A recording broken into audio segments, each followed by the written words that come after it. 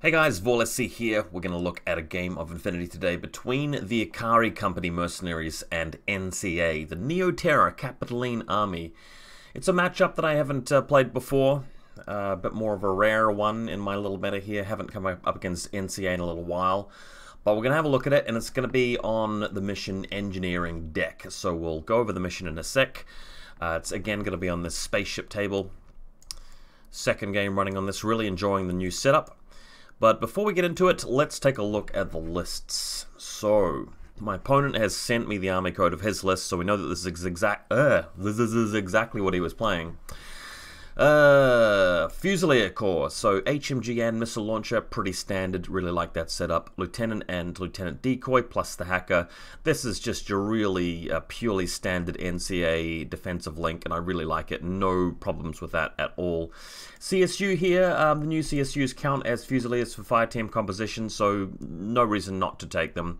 I would be taking two of them personally. The Bulletier Spitfire, tried and true, always take one of those. Here's the interesting thing about his list on, the one that makes this really special, is that he's going for the Bolt Harris with a Black Friar in it. So you have a look at these guys, we've got plenty of drop bears, Bolt, boarding shotgun, there's the Black Friar multi-rifle albedo, that's pretty cool, and the killer hacking bolt, a bit risky putting him out in the midfield with the killer hacker, but still pretty cool. And the E-Maulers as well, so you're either throwing the drop bears or the E-Maulers out there. Group 2 is pretty big also. All the Fugazis, a Mulebot, and this is the first time in my life that I'm ever actually seeing or hearing about the Total Reaction Combi Rifle Mulebot going on the table. This is really cool. This is an absolute first seeing this guy here. Note that he's got baggage, and the point of this guy is to follow up the Harris Bolt team and resupply their deployable equipment, like give them more drop bears when they run out. But of course, to shoot close range with his combi rifle if the need arises, and he's a repeater as well, if I'm not mistaken. Actually, is he a repeater? No, I don't think he is. So not a repeater. Are we sure about that? Just coming back to it again and again. I'm just looking at it. Should this be a repeater? I don't think it is. Okay. Hexa multi-sniper, the classic. A lot of NCA players run those guys.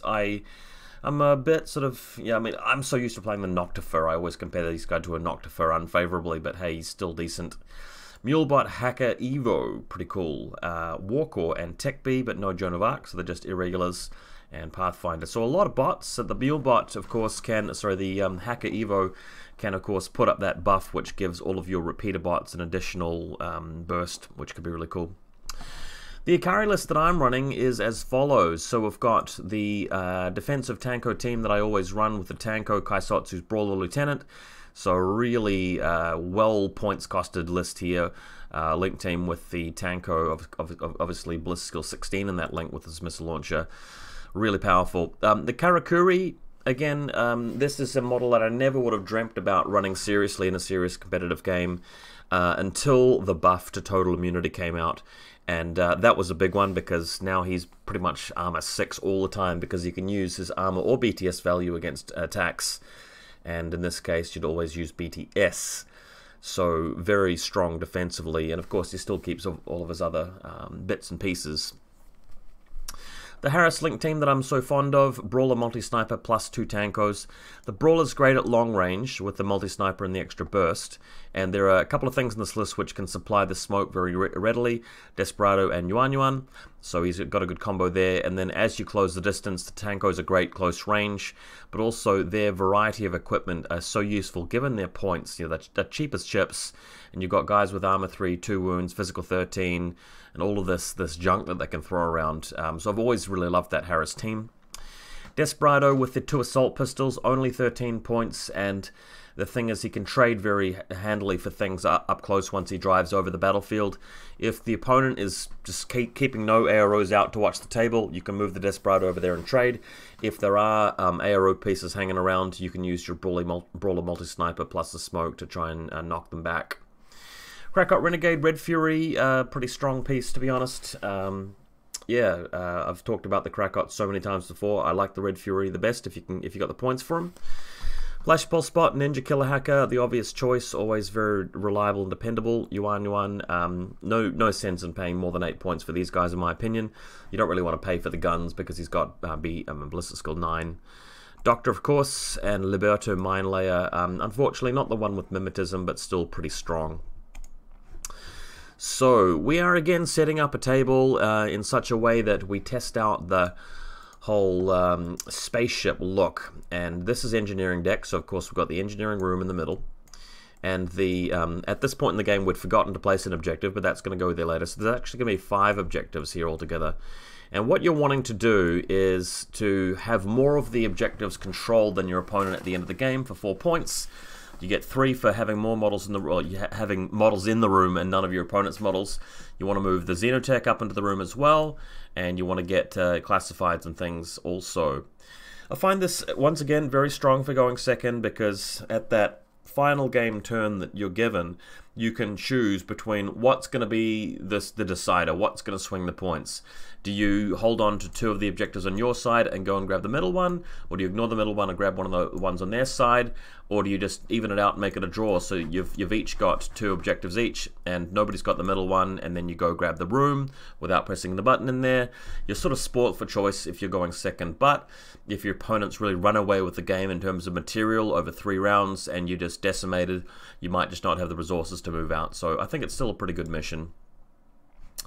I've won the dice roll, so I'm going to go immediately for second turn, meaning I'm going to have to deploy first and take that Alpha Strike from him in that first turn. That's going to be pretty hefty, but I'm going to try and defend well. So on my left-hand flank, moving the cam, pop it up here. I've got a flash pulse spot on the extreme left, the Harris team just covering this angle around here for any drop troopers with the sniper.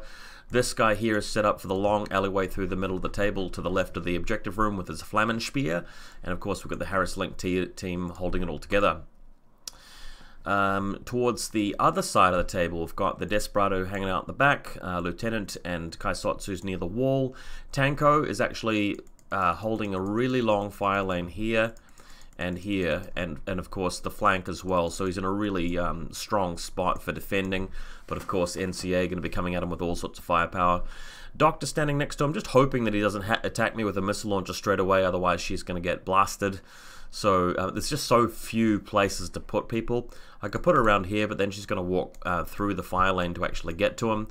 So yeah, not the best deployment. Looking a little bit further towards the right, so the Tanko is the link leader of the Keisotsus, just so that we can spread the link around and actually have the troops just spread around the terrain a little bit more. Crackout Red Fury's rolled up climbing plus 6-4 speed. We've got the real Liberto there and his mine there just to cover the flank angle with the minefield, of course. And that is me, team leader here on the Tanko missile launcher.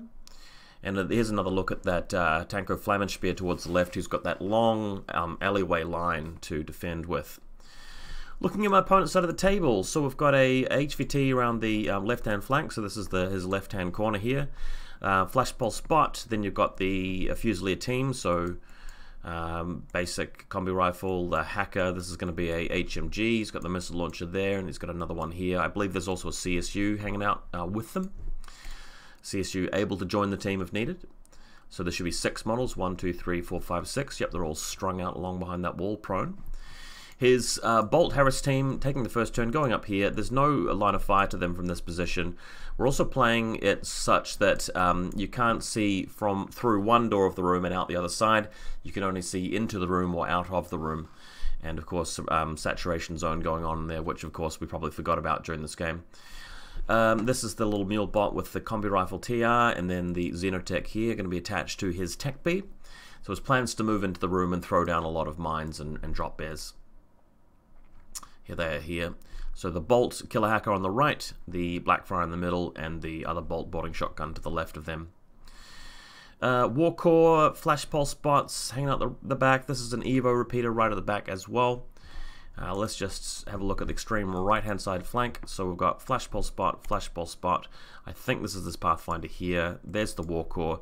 Tech B and Xenotech planning on moving up around in this direction, that way. Of course, Evo hanging out the back. I believe you can only spend a command token to put up one of the Evo programs if you're taking the second turn. My reserve trooper is the Karakuri. I'm placing it in a spot where it will have AROs and lines where the rest of the team don't. So through to that So this is on the right-hand side of the board. I'm going to watch the exit of the room in the middle, as well as the right-hand flank. Karakuri really good at defending because of total immunity and dogged and 2 wounds and armor 6, that kind of thing. Very strong. Okay, so my opponent's reserve trooper is the Bulletier, and we're about ready to get underway. First order of the day, so he's got the Hexa Sniper in Group 2 hidden in this position, and he reveals him simply because there's a Tanko watching that alleyway in the distance. So that's the position of the Tanko with Flammenspear. I don't want to react with the Flammenspear because it's going to be, you know, that range, minus cover, minus surprise shot, minus TO camo, and I'm physical 13 with the Tanko, so the best choice is to dodge. I want to try and avoid taking 2 hits rather than 1, and then tank some with the armor and like survive effectively. Even if I just take 1 wound, it's best if I manage to get out of there alive, because then I've revealed the Hexa, and you know, I can waste an order that way. So what happens is the Hexa does indeed shoot off, does indeed get 1 hit through. I do indeed tank 1 of the saves, so just dropping prone with the Tanko as shown here. So we've revealed the Hexa, I've taken a wound, and he's managed to bully me away from that that alleyway, that lane of fire. Okay, that allows the Tech B and the Xenotech to move out now that they're not being covered by the Tanko, so they're moving around, and in the process of that, capturing this first objective on his right-hand side, moving the Xenotech towards the room. He's going to be able to move into the room and stay there for the rest of the game. If he ends the game controlling the room, he'll get a bonus point for having the Xenotech in there. I don't think it matters or not as to whether the Xenotech's actually controlled by a friendly unit at that point. I think you just have to have it in there, but I can't quite remember. Either way, he does make the roll to place down the multi-scanner as well, so that's a really important swing. You're gaining a point rather than losing a point by placing the multi-scanner, so it's very important to do so. Then, with the Group 1's orders, the bolts moving out with the Black Friar into the room, and the first thing they're going to be doing is throwing the drop bears into the room to create this massive minefield, so that when I take my turn, if I go towards the room, I'm going to have to be clearing a lot of mines to get in there. So that is his plan with this little group. So in they go. He is missing a few of the drop bears, but he's got so many of them, especially as they were replenished by this mule bot, that he can get in there and just start swamping the place with mines. He's also able to use his Evo repeater here to place the hacking program that gives all of the bots with repeaters burst 2 in their reactive turn, so that will be very useful for his flash pulse bots. Warcore moving around to set up a better spot as well, and then it's back to the mine crew here, dropping their bears everywhere left and right and just swamping the place. They're even moving and throwing some drop bears closer to where my deployment is, so walking through this area to get into the entrance of the room. Sitting up in the corners, throwing even more of them. Then he's putting his E-Maulers down with his Bolt Killer Hacker. So there's the first E-Mauler. He's even got a second E-Mauler here into the room. So there's about 5 mines and 2 E-Maulers. So unless I'm able to sweep them effectively, they are going to be trouble. Bulletier just reshuffling a little bit, wanting to make sure that he's going to be ready if I decide to come around the flank. He's got this area quite well defended actually, with the flash ball spots, link team, that kind of thing. So Bulletier should be relatively safe. So then it comes to my first turn with Ikari. Having taken really no casualties here, I've just taken a wound from the Tanko here. So first thing is that the Desperado comes screaming around the corner on the bike, and is greeted by a Hexa Sniper in the distance and a flash pulse spot. Now this wasn't ideal. I kind of wanted to only face into one or the other of them, because having to beat 2 AROs to get the smoke down is quite difficult. Luckily, physical's pretty good on the bike, and +3 for short range is really good. I was thinking about maybe trying to wrangle it so that the smoke would end up somewhere else that the bike wasn't passing, and then move my Brawler Sniper in to shoot him that way, but I decided to just go for it anyway and hope that I got lucky to put the smoke out here. I'm not too sure if that was the right move, but I did manage to be fortunate here and land the smoke, as you can see in this corridor, beating both the Hexa and the flash pulse bot. So well done to the Desperado, good job. After thinking about it for a bit, I decided to move the Yuan onto the back line of my deployment zone. I couldn't find anywhere that was really worth bringing him on towards my opponent's area. This mission has a special rule where you can't drop troopers in from the roof. It's inside of a closed area. Very appropriate because we are playing on a spaceship table, so I thought that was actually kind of neat. Bringing him on the back here because I do have a very powerful MSV2 unit that I want to support. At the very least, his irregular order can be turned into a regular order if I just keep him alive later in the game. He defends the lieutenant quite well by throwing smoke onto the lieutenant when I take AROs, and I might even be able to move him up later in the battlefield and throw, in the game I should say, in the battle, and throw a smoke grenade there, allowing me to move towards the objective room later. So it's a bit of a strategic, patient sort of play here to have the Yuan coming up the rear. Good, so now that the smoke is in position from our friendly Desperado, and luckily I may say, the Brawler is able to take up position here at the wall, fire his sniper rifle over at the Hexer. So that's going to be quite powerful. 3 dice and 12s, and the Hexer is up against smoke and cover and all of that, so the Hexer gets shot. And then I can also move out and take on, I think, a Flash Pulse further out, and also eliminate his Tech B. So we're going to play a very patient first turn, just picking off the easy targets my opponent's given to me. And this is very good because we know that I'm going to go last. I'm going to have the last turn, right? So if he's not crushing me turn after turn, I'm going to have an easier and easier time as the game goes on. So the best thing I can do here is just soften him up a little bit, soften him up in the next turn, and then moving on the objectives in the last turn. What he needs to be doing is just really boxing me in and killing units and gutting my order pool, which hasn't really happened. So the Brawler play here is nice and safe and does accomplish that. Looking at the position of this minefield then, we're going to sacrifice somebody to deal with them, because that's the best way of dealing with mines. Mines in infiNity would be so much more powerful if you could choose to have them not go off, but that's not the case. They have to go off when somebody comes near. So what we're going to do is, first of all, move this Desperado into a position. This is like a base level mine here, which won't have line of sight over this obstacle, so this is about as close as we can get. When we dismount, we're going to be here. We're going to be able to walk across it with the first short skill, and then keep walking with the second short skill, and end up around about there, which is going to trigger this mine and this mine. It's going to trigger both of the E-Maulers, and it's going to trigger probably this mine in the doorway as well. So, yes, it's an 11-point model. Yes, I'm spending an order on it, but to retract that much work done by NCA is actually a big win, right? Because if he spent his entire first turn and, you know, all of those orders just placing all those mines and we've just swept them away with one guy, definitely worth it. So here's the positioning again. So we've dismounted from the bike. Desperado moves there, first short skill, then moves to the position of this silhouette as marking his second position. And that is going to detonate this one, detonate this one. There's an E-Mauler which detonates. This one can also see him, that detonates. This one can also see him, that detonates.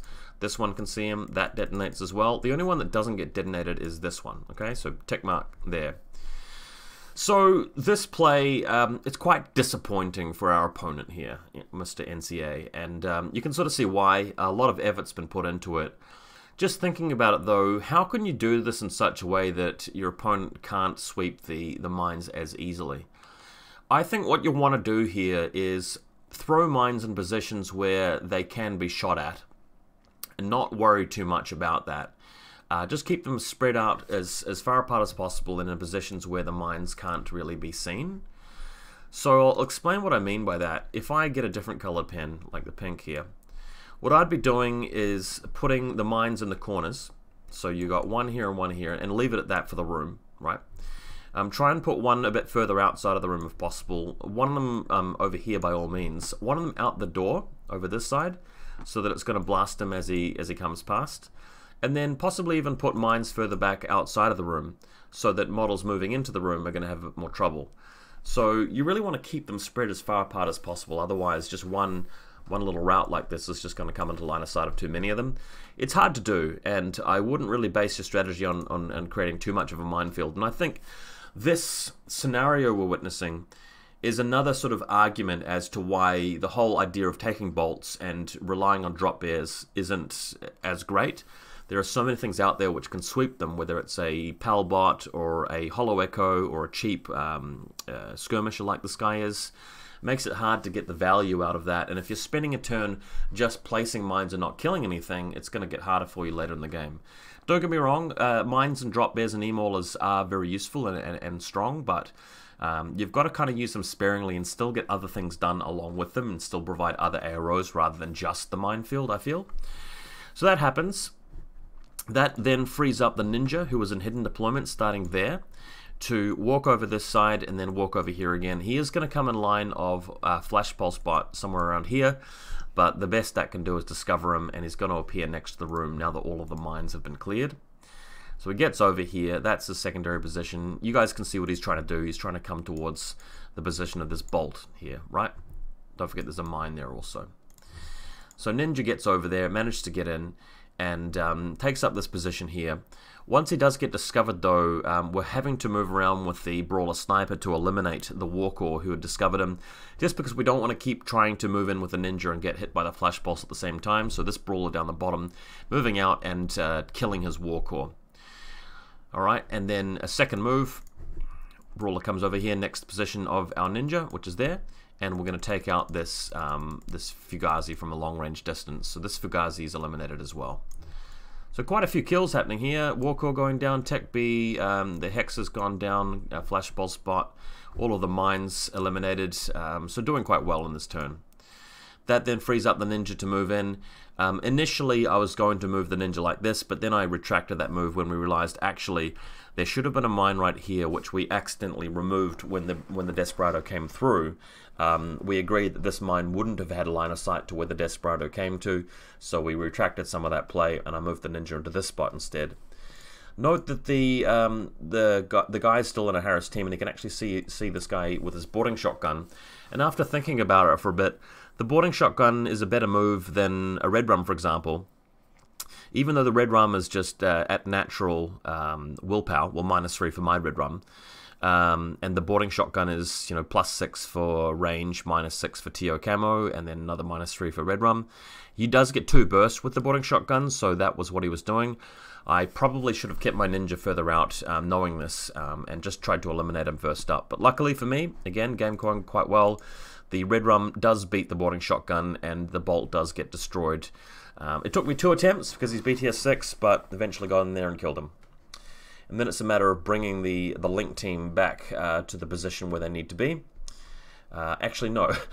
We're moving forward with them, so that this is a whole group 1 team, right? So they're moving out here, and they're going to take up position in this spot and fire the light shotgun through at the Black Friar's position. Now that he's no longer part of a Harris, he's only in a 2-man team, so he doesn't get the +1 burst bonus. So I'm moving in with my Tanko light shotgun here with my link team bonus, and the blast from the shotgun is going right through here on top of the Black Friar and the Mulebot with combi rifle TR.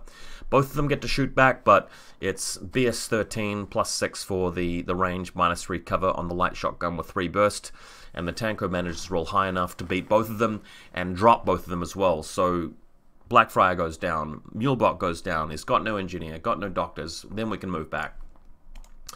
Quite a devastating first turn actually, so I took out quite a lot there. I took out the Bolt, the Black Friar, the Mulebot, the Fugazi, the Warcore, the Tech B, the Hexer.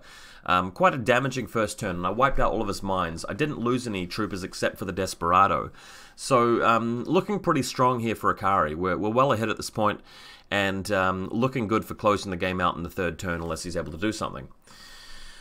Back to the hackers here, the Fusiliers. I believe he did try to hack me with his hacker at some point. Can't quite remember why I took a photo of this, but moving on, the Ikari troops move back into position and actually taking up quite an aggressive forward position here behind this cover, around about the midway equator of the table.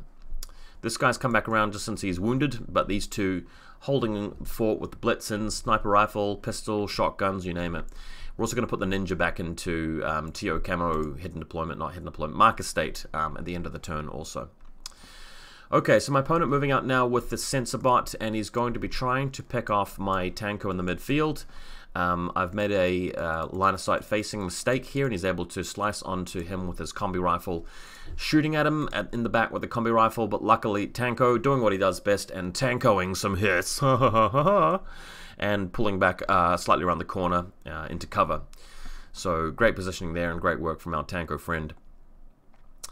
This model he's got down here is actually not a Fusilier, it's the CSU, and he's rolled up with metachemistry the 8.6 speed or 8.4 speed, something really fast. So he's straight through the table with his running shoes on, and as he goes past, he's going to press the button on this console since he's a specialist. Then what he's going to do, then what we're going to do is remember that there is in fact an objective in the in the central room. We're going to place the objective in there. Didn't remember until game round 2, but still, moving on. CSU then is going to move around this side, and he's going to come around to this point where he's going to be in range of my mine. He's going to detonate the mine and try and use his rifle to attack my Keisotsu link team. So in he comes right around the side here, and what he's going to be trying to do is shoot his rifle at this chap here. Now I believe that the Xenotech does not block line of sight. The mine does indeed go off here, and the Keisotsu's defending. He's got the full burners of the link team, but he's up against BS12 with a rifle, so I think it's 13s on 2 dice versus 12s on 3 dice. Pretty even, actually. My opponent does well, does manage to win the shootout, and in fact kills the Keisotsu, I think with a crit, and then moves off, but gets blown up by the mine.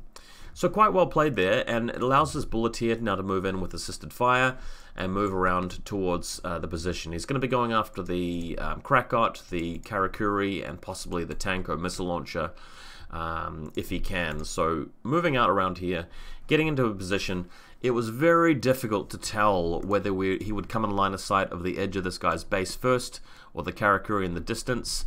What we ended up playing it is he came into line of sight of both of them and just went for them both with burst 2 on each. So you can see here, Bulleteer in the distance, Krakot here, and Karakuri here. Karakuri goes for a dodge, so does the Krakot.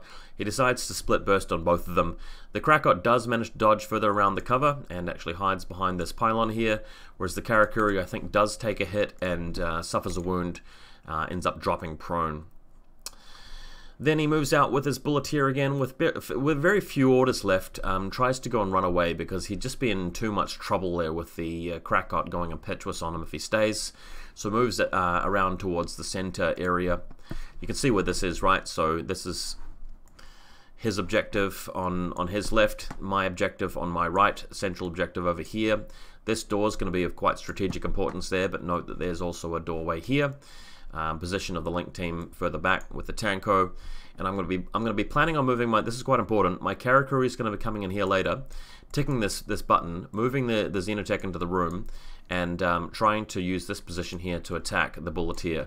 Note also though that there is actually a repeater hacking range between him and the Bulleteer, so that's going to be important in a later turn.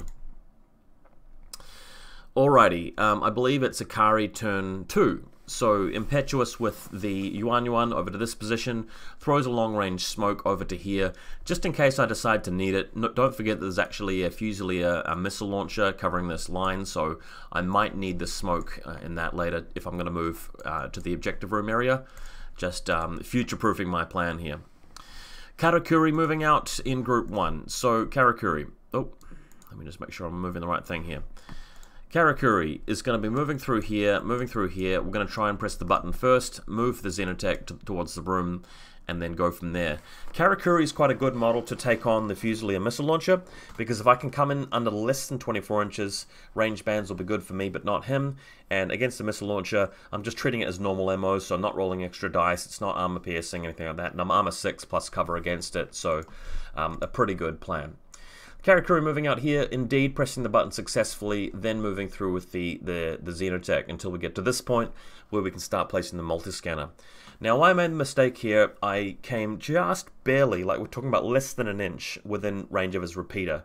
So he starts hacking me with a gotcha from the Fusilier. That unfortunately means that I have to try and step back and get out of hacking range. I haven't been hacked at this point, but I can see that every move that I make is going to cause a hacking attempt. So we're now moving out with the Liberto around the corner, and I'm going to try and use the Liberto to take out the Bulleteer with the chain cold light shotgun combo. And if I can disable the Bulleteer, that's going to allow me to move away with my Karakuri. So in he comes. Using marker state, he's able to keep moving. If he gets discovered, he gets to keep moving, and he eventually gets to a point where he's moved into base contact with the bulleteer. And what this is able to do is get me into a position where I can fire the cone of the chain colt in this angle, which is just going to get it in range of the Fusilier missile launcher as well. So bulleteer opting to, I think, just shoot me, and the Fusilier opting to dodge. The Fusilier does indeed manage to dodge, getting out of the way. The bulleteer unfortunately shoots at the Liberto, I think misses, and survives the armor save. To be honest, guys, I can't quite remember what the specific AROs and orders were chosen here between the bulleteer and the Liberto. All that I can remember is that both of his models survived, my model survived, and I ended up being locked in close combat with him, but the repeater is still active. So next, at least I've locked down the bulleteer so that it can't shoot. I'm moving out with the Krakot now with his Red Fury to take on the position of the Fusilier missile launcher. Now this is under 24 inches. I've got a Red Fury, so +3 for range, -3 for cover, hitting on I think 11s, whereas his shots are on 15s on 2 dice. So not the best odds for the Krakot, but he's got a pretty decent chance of removing him. If the Krakot does win this little shootout, he'll be able to continue over to the bulleteer and easily waste it in close combat. You know, it's going to be pretty straightforward for him to do that with the help of the Liberto. Unfortunately, though, the Fusilier does win this, and the Krakot is destroyed. Lastly, moving back with the Karakuri, moving the Xenotech into the room, and I figured this is my last order in Group 1 that I can afford here. If I don't place the multi-scanner, and then he comes over and kills the Karakuri, I'm never going to be able to have the orders to go back and recover that Xenotech, and it's going to be a loss of 2 objective points later in the game. If I try and reset now, there's a pretty good chance of me have him just killing me in the next turn. So I ended up taking the risk here. Instead of resetting, I went for the multi-scan. I did pass the multi-scan, so good luck there getting the multi-scanner on the ground, but the gotcha goes off and does succeed in immobilizing the Karakuri, unfortunately. So that was pretty bad. I think I did have one more order to go, and I did use that to move out with the Tankos just to get to a position where I could blast this guy here, because I didn't want to have him with another turn of shooting with the sensor bot. So moving everybody into better positions to hang out, but Tanko's still going well on the midfield, and he's lost his Pathfinder sensor bot. Okay, so there it is there. Karakuri immobilized out in the midfield, but data scan is down. Group 2, moving the ninja from its previous position over there through to here, pressing the button on the console. Very important because I'm trying to set up for that final turn. I want to have both of the buttons pressed on my side of the table, leaving me in a position where in the final turn I just need to go and grab one of his consoles, and that should be it. We're now going to move into the final turn for NCA. He starts out by firing his pistol at the Liberto. Note that if he does this poorly, he can actually kill his own bulleteer.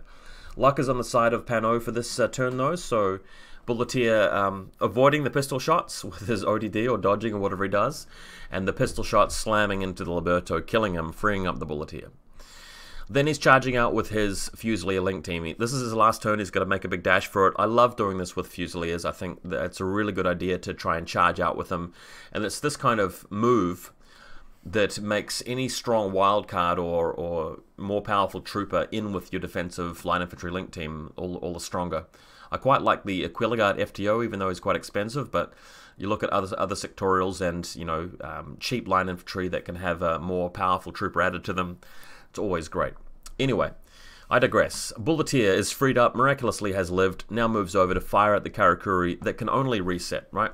Luckily, Karakuri, very resilient as we know, and manages to reset and only take 1 wound from the bulleteer, so he's reduced now to dogged. Will die at the end of the turn, but can at least defend the deployment zone a little bit longer against the Pano menace. The boys, trekking across the table, getting their running shoes on, spinning order after order, moving into position.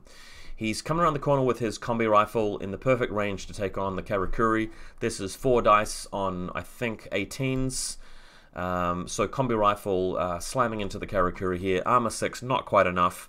And unfortunately, Karakuri finally goes down. But you guys can see how valuable these Karakuris have become now, can't you? They're so resilient, and they're so useful in terms of being a specialist or an ARO piece or something that can attack.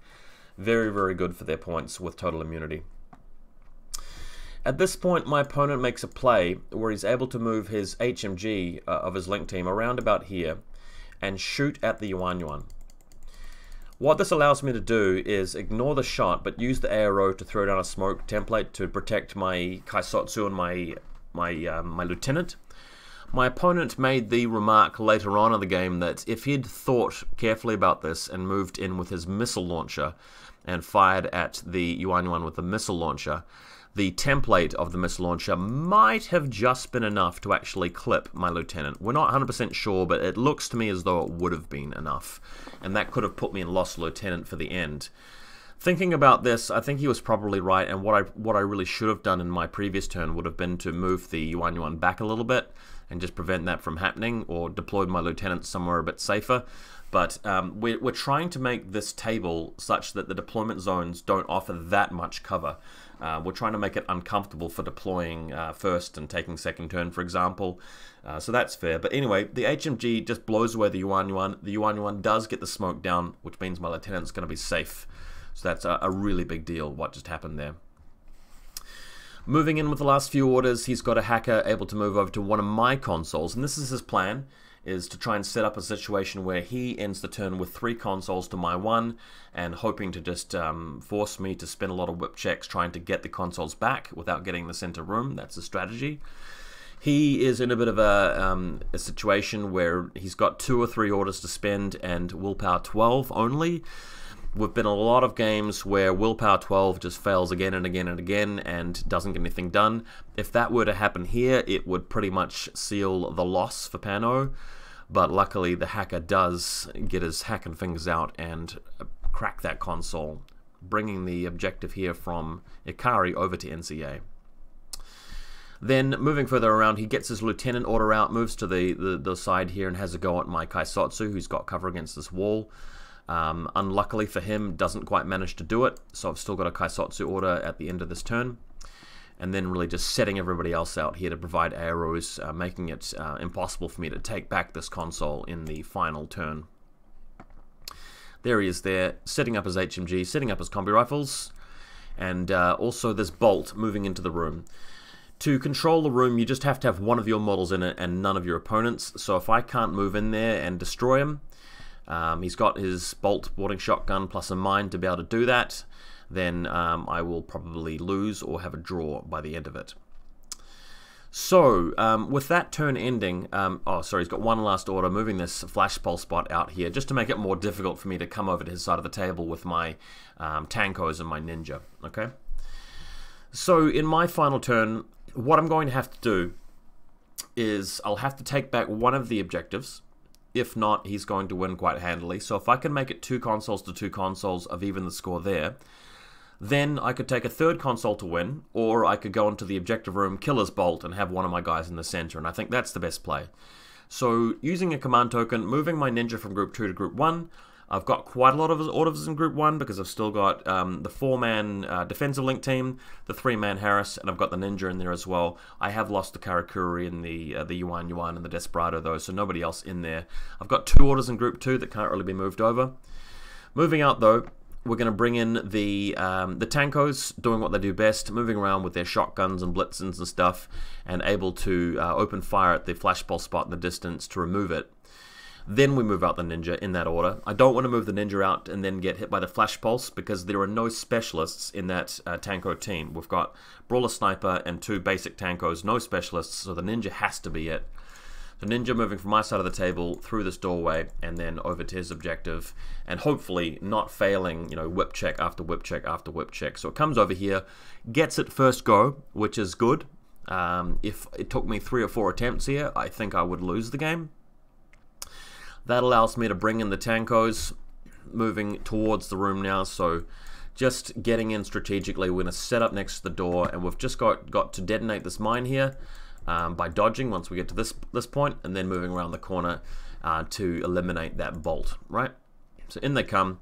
This is the Tanko dodging out of the way of the mine successfully, and then getting to a point here where I can come around the corner with my sniper. I think he's got a repeater somewhere nearby. I can't quite remember what the deal was there, but Tanko dodges the mine. Then we can move the Brawler in, just because any closer, and I think that I start getting hacked by somebody or other nearby with these Tankos. So pistol being whipped out, going after the bolt doesn't kill him. Then I move in with a shotgun because I'll then have a guy in the room. He hits me with his shotgun, which will hit both models, but my shotgun is the winner in this trade out, and he's blasted. Then, of course, we can move out a little bit further with these Tankos, and we end the game with the Tankos being the only troops from one side in the objective room, so I pick up the points for that. My Xenotech is in there in the controlled room, so that's a bonus. We both have a similar number of consoles. I couldn't grab the middle one, so no extra points there. My classified, unfortunately, was not completed. It was experimental drug, but my doctor didn't have the opportunity to revive anybody and was locked down by arrows in the last turn. Couldn't get near to his HVT, and neither could he get near to mine. So we end the game here with an Ikari victory. What a game. That was fun. I think that in terms of luck, it was fairly even, although in the long run of it, for the important roles, I was a little bit luckier than my opponent. I think that shootout between the Hexa and the Tanko, and then the Brawler against the Tanko, and more importantly, the Desperado against the Hexa, that really went my way. And if it hadn't, that would have been a really hard game later on. I was a bit unlucky with the Karakuri against the hacking, and the Liberto against the Bulleteer, and the Krakot against the Bulleteer. That kind of didn't go my way, but the other sort of things like the Ninja against the Bolt went my way. So it was a bit back and forth there for a while. The sense about shooting my Tanko in the back, getting nothing done. Mostly during this game, things kind of went towards me rather than my opponent.